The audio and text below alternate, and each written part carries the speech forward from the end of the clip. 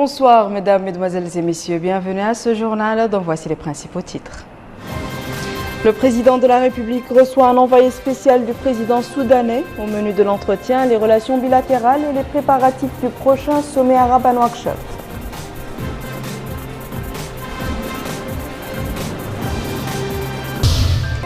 L'opération Ramadan 2016 connaît un grand afflux des consommateurs au niveau des 12 points de vente ouverts dans les 9 muqatta'a de la capitale.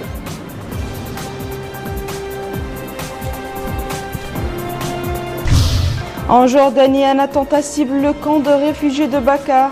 Bilan 5 morts parmi les membres des services de renseignement jordaniens. Merci de vous joindre à nous, mesdames et messieurs. Nous ouvrons ce journal par l'audience accordée ce matin par le président de la République, M. Mohamed Abdelaziz, au général Taha Athman Ahmed, directeur du cabinet du ministre d'État envoyé spécial du président soudanais Omar Hassan al-Bashir. L'émissaire soudanais a dit avoir transmis au cours de cette audience un message du président soudanais au chef de l'État Mohamed Abdelaziz portant sur les relations entre les deux pays. L'envoyé spécial a indiqué que le président de la République l'a reçu comme d'habitude avec amabilité et qu'il a perçu auprès de lui une vision clairvoyante sur les questions arabes. Il a ajouté qu'il a été également question des préparatifs en cours pour la tenue du prochain sommet arabe à Nouakchott et des moyens susceptibles d'assurer son succès. Le ministre d'État soudanais a souhaité que ce sommet soit une réussite et qu'il constitue une grande occasion pour unifier la nation arabe sur cette terre de la Mauritanie qui est toujours l'un des pays qui bénéficie d'un consensus arabe car étant un État pacifique dont les relations sont excellentes avec tous les peuples. Nous avons aussi discuté, a dit le ministre soudanais, de l'échange des visites entre les deux pays, de la dynamisation de l'action commune, de la tenue de la commission mixte de coopération dans les plus brefs délais et des détails des protocoles signés à l'occasion de la visite d'un certain nombre de ministres au Soudan, notamment les ministres de l'Agriculture et du Pétrole. Il a enfin affirmé que la prochaine période connaîtra, Inch'Allah, un renforcement de la coopération bilatérale. Hier soir, le président de la République, M. Mohamed Abdelaziz, s'était adressé à la nation juste après l'annonce de l'apparition du mois béni du Ramadan par la commission de surveillance du croissant lunaire. Le chef de l'État a présenté ses meilleurs vœux et a appelé à la consolidation de l'unité nationale face aux appels des partisans de la ségrégation et du planning. Voici la traduction intégrale de ce discours. Au nom d'Allah, le miséricorde et prières et salutations sur le généreux prophète, Allah le puissant a dit: Ô croyants, le jeûne vous est prescrit comme il l'avait été pour ceux qui vous ont précédés, afin que vous ayez la piété. Chers citoyens, chères citoyennes, demain notre pays accueillera le mois béni du Ramadan, le mois du repentir et de la miséricorde. À cette heureuse occasion, je présente à tous mes meilleurs vœux et implore notre Seigneur le Tout-Puissant de nous accorder la force d'observer le jeûne de ce mois béni dans la dévotion et dans l'animation de ces nuits par des actes d'obéissance. Chers concitoyens, chères concitoyennes, le jeûne est porteur de hautes valeurs spirituelles que les musulmans doivent méditer au moment où ils s'apprêtent à l'accomplissement de ce grand devoir. C'est un moyen de préservation du croyant contre l'enfer, de dressage de l'âme, de maintien du corps en bonne santé et une occasion pour faire de dons aux personnes nécessiteuses. Le prophète, paix et salut sur lui, était d'une générosité extrême et cette dernière atteignait son comble lorsqu'arrivait le Ramadan. Chers concitoyens, chères concitoyennes, je vous invite tous à œuvrer au cours des journées peu nombreuses du Ramadan à l'ancrage de la fraternité et de l'entraide, en application des enseignements de notre sainte religion islam, mais aussi à la consolidation de notre unité nationale face aux appels des partisans de la ségrégation et du clanisme. J'apprécie à leur juste valeur les efforts que déploient nos oulémas et jurisconsultes et les invite à s'investir davantage dans la promotion des valeurs de tolérance, de solidarité sociale et à faire preuve de sagesse et à user de bons sermons pour faire obstacle aux partisans de l'extrémisme. J'implore Allah d'accorder à notre pays, à la Oumma islamique et à tout le monde bonté et bénédiction. Qu'Allah exauce notre et votre jeûne, vos prières et les nôtres et veille doubler notre récompense. Assalamu alaikum wa rahmatullahi. Avec le mois du Ramadan, des changements ont été apportés à l'horaire du travail. Le communiqué rendu public hier soir par la présidence précise que durant ce mois béni, l'horaire de travail dans les services publics est fixé du lundi au jeudi de 9h à 16h et le vendredi de 9h à 12h. Sont exemptés de l'application de cet horaire les forces armées nationales et de sécurité, les hôpitaux et dispensaires, les établissements scolaires. À la faveur de ce mois béni, l'occasion est donnée une nouvelle fois aux populations les plus nécessiteuses pour l'approvisionnement en denrées alimentaires par le biais de l'opération Ramadan 2016. 12 points de vente en gros répartis au niveau des 9 muqata'a de la capitale et qui ont commencé leur activité 2 jours avant le mois du Ramadan offrent une gamme variée de denrées à des prix subventionnés. Bakar Baylapa. C'est le mois béni de Ramadan. Qui dit Ramadan dit hausse de la consommation de produits de première nécessité. Une situation qui crée une influence dans les points de vente de produits alimentaires au prix abordable initié par l'État. Ainsi, ce point de vente situé dans un quartier de Tahil de la Muqata'a de Riyad ne désemplit pas. On vient de tout le quartier pour s'approvisionner en produits de première nécessité au prix subventionné pendant le mois béni de Ramadan. Produits concernés par ces réductions. Le sucre dont le kilogramme est vendu à 160 ouguiyas, le riz à 130 ouguiyas le kilogramme, les oignons à 120 ouguiyas le kilogramme, l'huile à 300 ouguiyas le litre, les pâtes alimentaires à 250 ouguiyas le paquet, le lait en poudre à 700 ouguiyas le kilogramme. Pour ces femmes, cette opération de disponibilisation des produits alimentaires au prix abordable est une initiative à saluer. Cependant, certaines d'entre elles estiment que cela doit se prolonger au cours de l'année, pas seulement pour le mois de Ramadan. D'autres soulignent la nécessité de mettre beaucoup d'ordre dans la vente de ces produits alimentaires en raison de l'affluence sur ce point de vente. À rappeler que l'opération Ramadan s'inscrit dans le cadre de l'application des orientations des pouvoirs publics visant à aider les familles démunies à pratiquer le mois béni de Ramadan dans de meilleures conditions. Les marchés également connaissent en ce mois béni un regain d'activité. Denrées alimentaires, ustensiles de cuisine et autres matériels électroménagers s'écoulent comme des petits pains. Amina Khalil. Insouciante de ce qui l'entoure, mais les circonstances l'ont amené à se trouver dans ce lieu, au cœur du marché des légumes, des dattes, de la viande, pris d'assaut ces jours-ci par les mères et pères de famille, tous venus faire le plein en denrées alimentaires et même en ustensiles de cuisine à l'occasion du mois béni du Ramadan. Une opportunité que les vendeurs et vendeuses ont mise à profit pour achalander le marché en produits de consommation et d'équipements divers. Un afflux soutenu de consommateurs qui fait le bonheur des commerçants qui arrivent en pareilles circonstances à réaliser de bonnes affaires. Généralement, et comme le veut la loi du marché, les prix de ces denrées et ustensiles connaissent une flambée des prix. Mais pour ce consommateur, ces prix restent encore à la limite du raisonnable. Un avis que ne partagent pas d'autres consommateurs qui affirment au contraire que les prix de certains produits ont doublé et qu'il faut plutôt se rabattre sur les boutiques de la Sonimex. Malgré tout, l'affluence reste soutenue et chaque consommateur tente tout de même de s'approvisionner conformément à la teneur de sa bourse. Le mois du Ramadan est avant tout un mois de recueillement, de prière et de dévotion, une opportunité pour les fuqaha de faire des mosquées un lieu pour donner des cours aux fidèles relatifs à la signification du mois du Ramadan, des comportements et valeurs que tout musulman doit observer durant ce mois.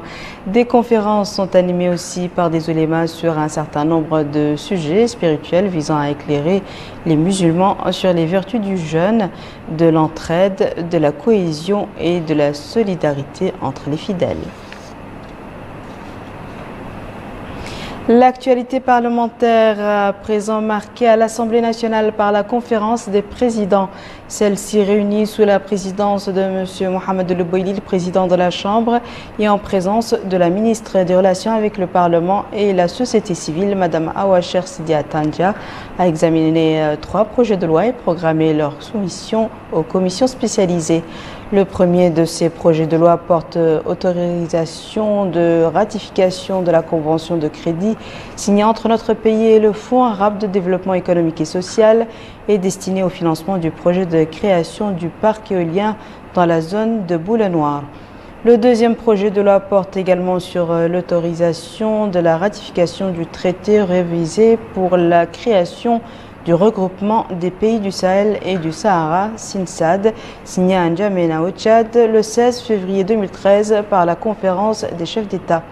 Enfin, le projet de loi autorisant la ratification de l'accord signé à Khartoum dans le domaine des ressources animales le 2 septembre 2007 entre le gouvernement de la République islamique de Mauritanie et le gouvernement de la République du Soudan. Parlons à présent des activités des membres du gouvernement. D'abord, le ministre de la Santé, professeur Khan Boubacar, de passage à Nouadhibou, s'est enquis de la performance et des prestations de certaines structures sanitaires. Le ministre s'est aussi informé de l'évolution des travaux au niveau du projet de construction de l'hôpital régional de Nouadhibou. Abdullah Damaba. Première étape de cette visite, le projet en cours de construction de l'hôpital régional de Nouadhibou. Cette structure de santé érigée sur une superficie de 88 000 m² a une capacité d'accueil de 250 lits et dispose de 29 suites, réalisée grâce à un financement de la CINIM d'environ 3 milliards d'ouguiya. Sur place, le ministre de la Santé, Khan Boubacar, a suivi des explications détaillées liées à l'état d'avancement de cette infrastructure de santé. Par la suite, il a visité les différents compartiments de cet hôpital régional, à savoir les pavillons de la radiologie, de la maternité, le laboratoire, la pharmacie, etc. Il a enfin tenu une réunion avec les responsables en charge de la construction de cette structure.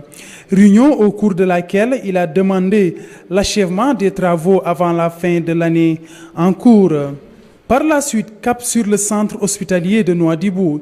Il a été reçu sur place par le directeur de ce centre qui lui a fourni des explications sur la nature du travail effectué et les différentes composantes de ce centre hospitalier. Le centre de santé de Tarkhil a aussi été visité par le ministre de la Santé. Là aussi, les responsables ont expliqué au ministère de la Santé le travail effectué et les problèmes auxquels ils sont confrontés. Le centre de santé de la Moukata de Nouadhibou a constitué la dernière étape de ce déplacement. Il a pu se rendre compte du rôle joué par ce centre au niveau de la wilaya de Nouadhibou. Les raisons ainsi que les motivations de ce déplacement ont été évoquées.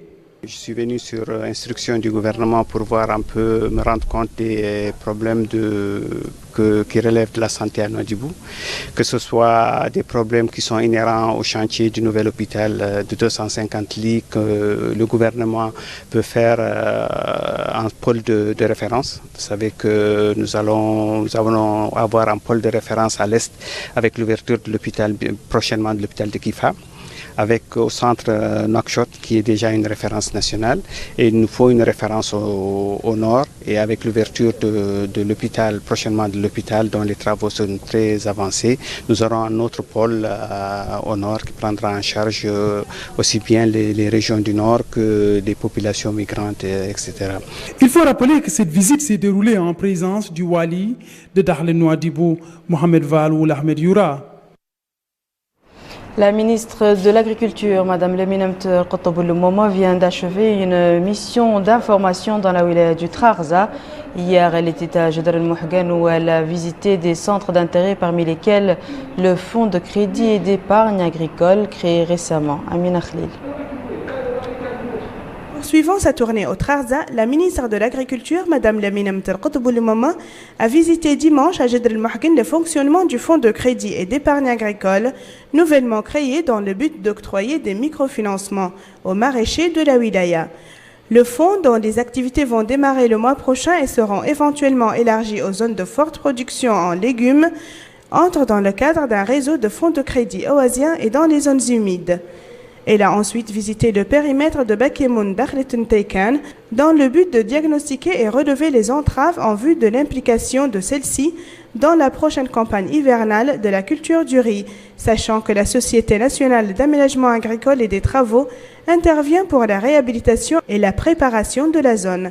Sur place, la ministre a insisté sur la nécessité de conjuguer les efforts de tous les intervenants afin de parachever le programme avant le début de la campagne, et ce, avant de s'informer sur le déroulement d'une campagne de lutte contre les oiseaux déprédateurs au niveau de la forêt de Diakaré, où interviennent des équipes relevant de la direction de l'agriculture et de la délégation régionale pour mener des actions de pulvérisation. Elle a par la suite constaté des modèles de travaux d'assainissement des endroits du lac d'Orchies dans le but de désenclaver les zones de production, et ce dans le cadre d'un programme exécuté par la Société nationale d'aménagement agricole et des travaux pour faciliter la fluidité des eaux et des paysans entre les deux périmètres pour un coût global de 600 millions d'ouguiyas sur le budget de l'État.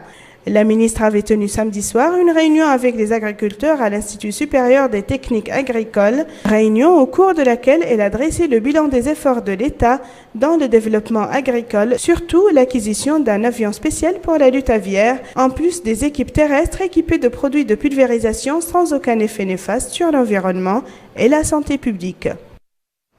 Ici à Nouakchott, le ministère des Affaires sociales de l'enfance et de la famille a octroyé des appuis financiers aux nécessiteux atteints de maladies chroniques. Une activité que le département a pris l'habitude d'organiser chaque année en faveur de cette frange. Salem Majboursal. Les opérations ont profité cette année à 1 millier de personnes réparties sur l'ensemble du territoire national. Le principal objectif est de distribuer diverses aides sociales et des sommes d'argent aux malades en premier lieu afin de les aider à surmonter les difficultés liées à la situation de précarité chronique aux passagères. Dans un mot prononcé à cette occasion, la ministre des Affaires sociales, de l'enfance et de la famille, Dr Fatma Habib, a précisé que la prise en charge des couches sociales vulnérables est l'une des caractéristiques positives du programme de société du président de la République, M. Mohamed Ould Abdelaziz, au même titre que les valeurs de solidarité nationale et d'entraide sociale recommandées par notre sainte religion. Elle a ajouté que l'État a mobilisé plus d'1 milliard d'ouguiyas au profit des couches vulnérables et nécessiteuses, faisant observer que son département, le ministère des Affaires sociales de l'enfance et de la famille, contribue à la prise en charge gratuite des malades nécessités au niveau des hôpitaux nationaux. Ceci grâce à une subvention annuelle accordée à tous les centres hospitaliers du pays, en plus de la prise en charge médicale. Dr Fatma Habib a souligné que le gouvernement veille notamment sur la protection des personnes handicapées. L'association des parents d'élèves au niveau de la Muqata'a d'Elmina a organisé aujourd'hui une journée pédagogique au cours de laquelle les efforts déployés durant l'année scolaire 2015-2016 ont été évalués.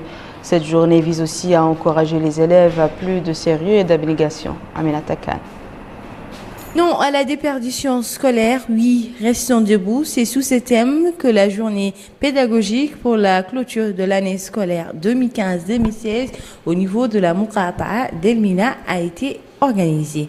S'exprimant devant l'assistance, l'inspecteur de l'enseignement fondamental a indiqué que cette année s'achève avec un bon bilan. J'aimerais à l'entame de mon propos remercier et féliciter l'association des parents d'élèves au niveau d'Elmina pour avoir pris l'heureuse initiative d'organiser cette cérémonie de fin d'année qui est une occasion pour cette composante essentielle de la société civile de poser les problèmes qu'ils ont dû constater à leur niveau et d'attirer l'attention de l'administration et des démembrements de l'administration que nous sommes sur les problèmes tels qu'ils le perçoivent et qu'ensemble qu'on essaye de leur trouver des solutions. Le président des parents d'élèves a quant à lui insisté sur la nécessité de poursuivre la conjugaison des efforts pour la réussite des enfants. Il a également indiqué que certaines écoles doivent être réfectionnées à cause de leur état de délabrement avancé. Au cours de la cérémonie, des prix ont été remis aux plus méritants pour encourager les efforts des uns et des autres tout au long de l'année scolaire écoulée et promouvoir la culture de l'excellence. La journée pédagogique au niveau de la Muqata d'Elmina a été également marquée par la levée des couleurs, la présentation des pièces artistiques et théâtrales. Le siège du parti Hiwar a abrité hier soir une cérémonie à l'occasion de l'adhésion en son sein d'un groupe de professeurs. Ces derniers ont expliqué que leur adhésion à ce parti découle de leurs convictions quant aux orientations futures du parti visant à développer l'économie nationale, à promouvoir l'enseignement et à renforcer l'infrastructure de base. La présidente du parti Hiwar a souhaité la bienvenue au groupe qui va, selon elle, impulser les activités du parti grâce à l'apport des cadres issus de ses professeurs. L'actualité internationale marquée en Jordanie par la mort de 5 membres des services de renseignement jordaniens tués ce lundi dans une attaque terroriste contre leur bureau dans un camp de réfugiés palestiniens. Le camp de Baka, ouvert en 1968 pour accueillir les réfugiés palestiniens après la guerre israélo-arabe de 1967, est devenu une villa rongée par la pauvreté et le chômage. Il compte plus de 100 000 réfugiés enregistrés auprès de l'Agence des Nations Unies pour l'aide aux réfugiés palestiniens.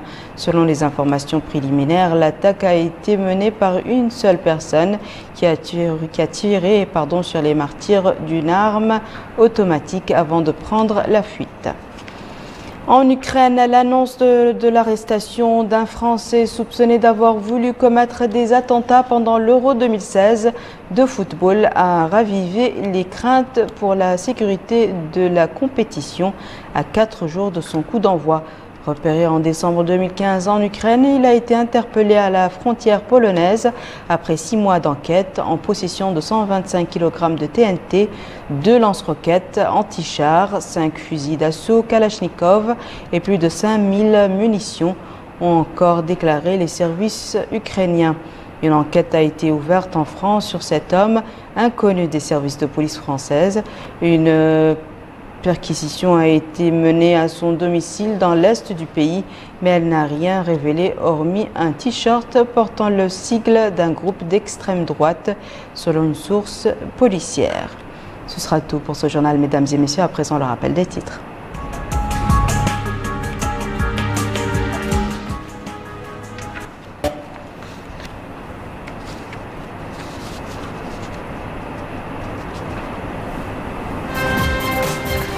Le président de la République reçoit un envoyé spécial du président soudanais. Au menu de l'entretien, les relations bilatérales et les préparatifs du prochain sommet arabe à Nouakchott.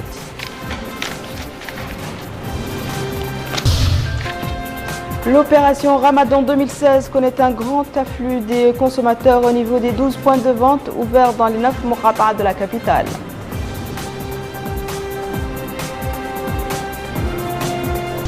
En Jordanie, un attentat cible le camp de réfugiés de Baka, bilan 5 morts parmi les membres des services de renseignement jordaniens. C'est la fin de ce journal, mesdames et messieurs. Merci à vous de nous avoir suivis. Merci de votre fidélité. On se retrouve demain à la même heure, Inch'Allah.